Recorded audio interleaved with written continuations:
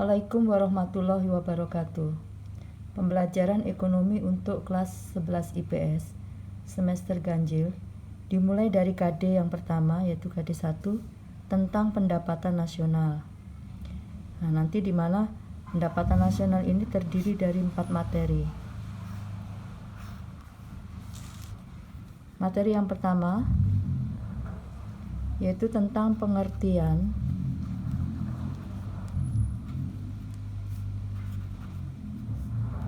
dan manfaat penghitungan pendapatan nasional. Materi yang kedua tentang konsep pendapatan nasional. Materi yang ketiga tentang metode penghitungan pendapatan nasional. Sedangkan materi yang keempat tentang pendapatan per kapita.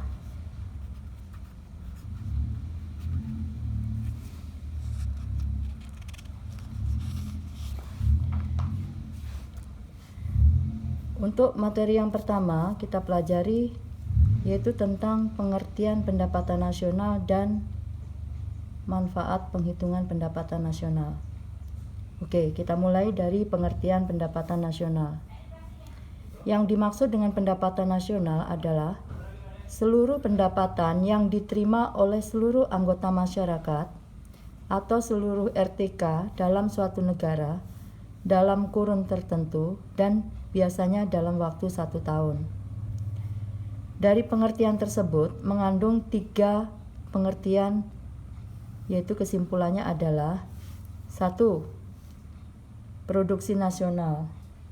Yang dimaksud dengan produksi nasional adalah nilai barang dan jasa yang dihasilkan masyarakat dalam suatu negara selama 1 tahun.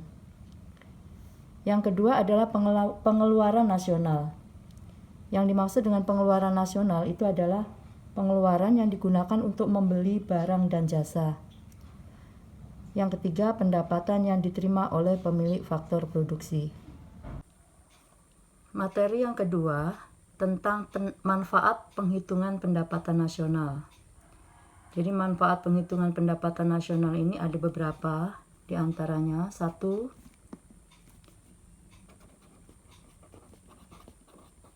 Mengetahui tingkat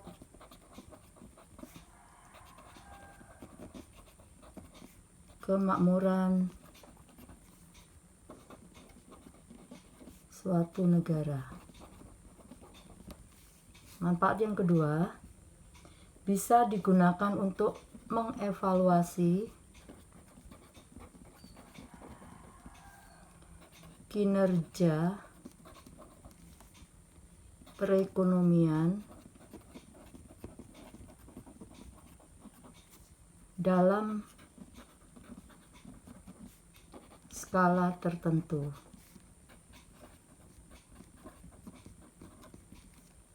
Manfaat yang ketiga bisa digunakan untuk mengukur perubahan perekonomian dari waktu ke waktu.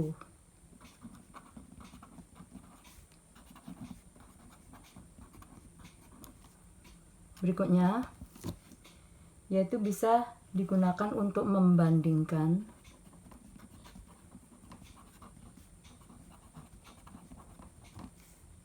kinerja ekonomi antar sektor. Berikutnya, sebagai indikator kualitas hidup suatu negara. Berikutnya, sebagai indikator perbandingan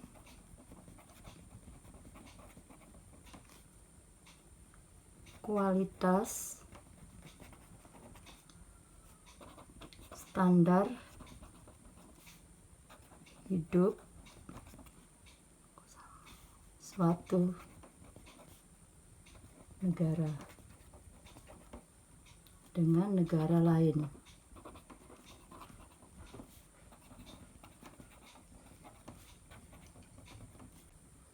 Manfaat yang ketujuh bisa digunakan sebagai perbandingan